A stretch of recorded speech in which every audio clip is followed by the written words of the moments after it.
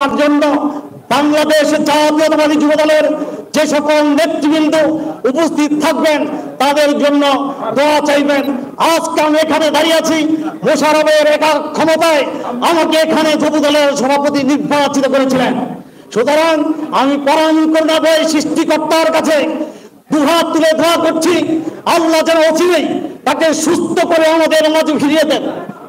আমি দোয়া করি তার 3টি সন্তান আছে, আল্লাহ যেন তাকে কোনো বিপদের দিকে না রেখে আমাদের মাঝে ফিরে দিবেন এই কামনা করে আমি আমার আপনাদের সামনে সংক্ষিপ্ত বক্তব্য উপস্থাপন করছি। সংগ্রামী বন্ধুরা আমার, আমি দীর্ঘ 14 বছর যুবদলের দায়িত্ব পালন করেছি। আজকের এই আলোচনা সভায় দাঁড়িয়ে বলতে চাই, এই 14 বছরে দলের স্বার্থে দলকে সুসংগঠিত করার জন্য আমার অনেক ভুল ত্রুটি থাকতে পারে। আপনাদের দলের জন্য অনেক সময় শাসন করেছি, দলের প্রোগ্রাম সুন্দর করার জন্য অনেক কথা বলেছি। আমাকে আমার এই শেষ সময়ে, আমি জানি না কতদিন আমি এই যুবদলে আছি, এটা কেন্দ্রীয় নেতৃবৃন্দ জানেন। সুতরাং কেন্দ্রীয় নেতৃবৃন্দ আমাকে যেখানে রাখবেন আমি সেখানেই থাকবে। এই দলে আমার জন্ম হয়েছে, সুতরাং এই দলের যদি কোনো পদ পদবি না পাই আমার কোনো দুঃখ নাই।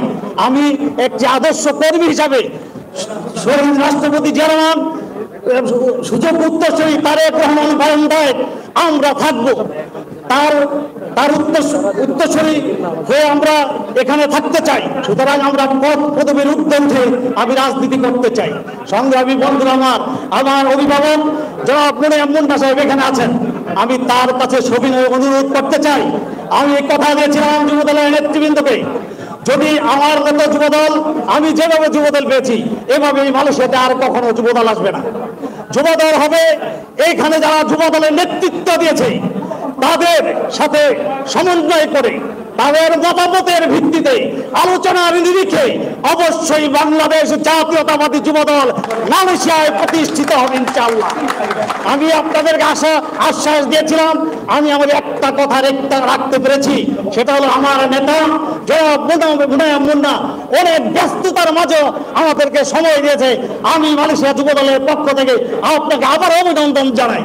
সংগ্রামী বন্ধুরা আমার দ্বিতীয় পর্ব হচ্ছে আপনাদের সাথে সমন্বয় করে, আপনাদের সাথে আলোচনা করে যদি আরো বড় স্টেডিয়ামের প্রয়োজন হয়, সেখানে হাজার হাজার লোকের সমাগম হয়, তাদের ভোটের মাধ্যমে যদি মুন্না ভাই এবং বাংলাদেশ জাতীয়তাবাদী যুবদল সেখানে ভোটাভুটির মাধ্যমে যদি কর্মী সম্মেলন করে আপনাদেরকে পদ দিতে চায়, আমি তার ব্যবস্থা করব স্বরাষ্ট্র মন্ত্রণালয়ের সাথে কথা বলে। আমি আপনাদের সাথে বাবা করলাম। সুতরাং এখানে কোনো ভয়ভীতি নেই, এর কোনো কারণ নেই। আপনারা যোগ্য নেতৃত্ব এখানে আসবে, আমার চাইতে আরো যোগ্য নেতৃত্ব মালয়েশিয়া যুবদলের থাকবে, এই আশাবাদ ব্যক্ত করে আমার বক্তব্য শেষ করব।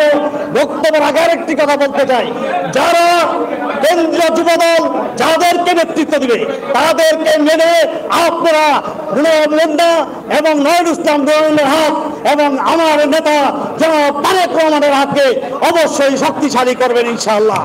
ভাই ভাইয়ের রাজনীতি চলবে না, আমাদের ভাই তারেক রহমানের নেতৃত্বই আগামী দিন বাংলাদেশে রাষ্ট্র শাসিত হবে।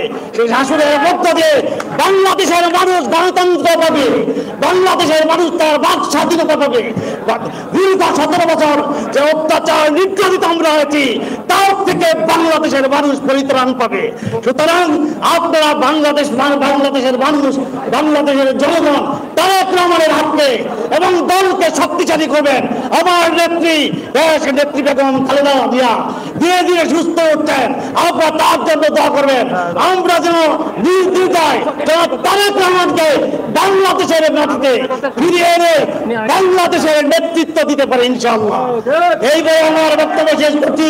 আজকে যারা এখানে বিভিন্ন জায়গা থেকে উপস্থিত হয়েছেন সবাইকে আমার অত্যন্ত আন্তরিক অভিনন্দন জানিয়ে আমার বক্তব্য শেষ করছি। আল্লাহ হাফেজ। বাংলাদেশ জিন্দাবাদ। শহীদ রাষ্ট্রপতি জিয়া রহমান, দেশ নেত্রী বেগম খালেদা জিয়া জিন্দাবাদ।